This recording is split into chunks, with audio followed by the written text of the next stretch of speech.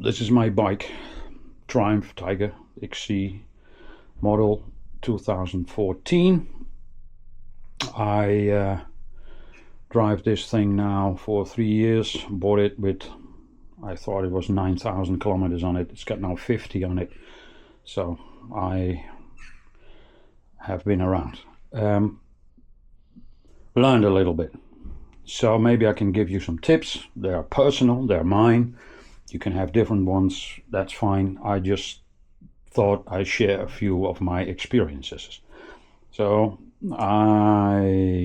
this summer we're going back to Norway, all the way up to the top, at least that's the idea, and then go back through Sweden. It will take 5-6 weeks. So we take our time, go through the mountains in the south of Norway, and then going up to the Lofoten Islands, and then up, further up. So it's my third time now in Norway, so I've learned a couple of things. So let me share a few things that I learned. First of all, this bike. Great bike, sits fantastic, is a little bit top heavy, you got to get used to that, but I changed the rear shock. That's an Hyper Pro in there, the little more expensive one with some fine tuning for compression and rebound obviously, and static sag, which you can do there.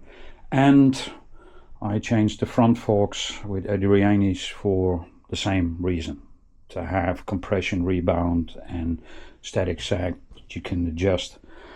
What did I do more? Yes, there's one thing, sooner or later, this thing with a starter motor. I tried the rig one, bad option. It lasted 6 months and it made me stranded in Norway last year. Had to take it out and reshape the inner side of this rig to get some life out of these, you know, these koolborstels, that's what we call it in Holland, to get home. Bad idea. You gotta bite the bullet and buy an upgraded version with a lower gear in here. Yes, it's $600, but hey, that's what it is. So what did I do more? What I did more to the bike is I got a hugger in here, you know, that the dirt stays away from, you know, the shock. That's a good idea. Mounted a different foot switch in here. The other one is up here. What I did more, yes, what I did was put the levers as much to this side that you have leverage here to use these, you know, the clutch and the brake in the front. I got the DMD2 version on here, which I can turn, which comes in handy if you get into the mountains with a remote. That's nice for on, you know, the highway shit. I'm still not sure about this thing, if I take it along with me. It's a fine thing for documents, you know, and things you gotta, you know, but it's another weight on top of this bike, which is what I said already, a little bit top heavy. Drink bottle in here. It's mounted at a position that you can actually wear the big boots to do it. We were in the ABR with this bike, fantastic. So no more steel boxes, so soft panniers. I got the Reno Walks on here. It's not just the money, they are fantastic. They just work. They are absolutely waterproof, and I can attest to that. I've ran into the water. What I did is I mounted the toolbox to the bike. Obviously I still got the stuff to mount these boxes onto here, so this is always with the bike. Tools in here.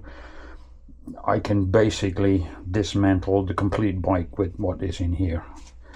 Some water for in the mountains. The right side here is camping gear, tent, sleeping bag, obviously for Norway, but far more important is the mattress you're sleeping on. Don't buy a cheap shitty thing, because it doesn't matter what kind of sleeping bag you end up in, you will be cold. And I can attest to that because I've done it. Buy yourself a really good isolated mat on your sleep. So in here obviously is the power for the power banks and batteries for cameras and all this shit. The way this is being powered is by a Thunderbox in here that takes care of everything except the motor, of course, which is on this bike. So the navigation on it, the auxiliary lights, they only work when the bike is actually running. So there is nothing on this bike that can drain the battery if it's not running. I changed the headlights for LEDs also, you know, to get this power usage of the battery a little bit down, you know, in certain. What did I do more than this? Basically the bike is still the same. I use meters. They now called Enduro Plus. They used to be 07. We used it last year. Fantastic.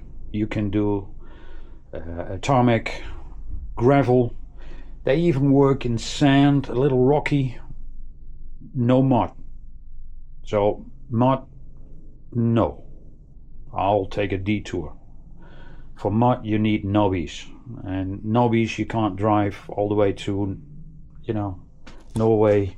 You will have flat ones, so you will have slick tires once you're there. So this is a compromise, like a lot of in life, a compromise, but it's the one that I can live with.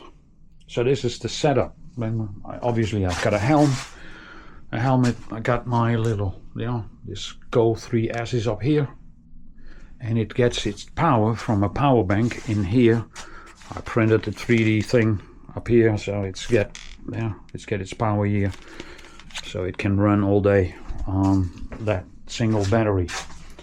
That's a little bit my setup, and learned by experience. Oh yes, another thing here in the side banks, there's an inner tube for the rear, and below here there is an inner tube for the front, plus obviously the levers to get the tire off. I got these special ones where you can break the bead, work fantastic. And below here is some metal putty in case you whatever. Tie wraps, of course, some tape, the things you do if you're sensible.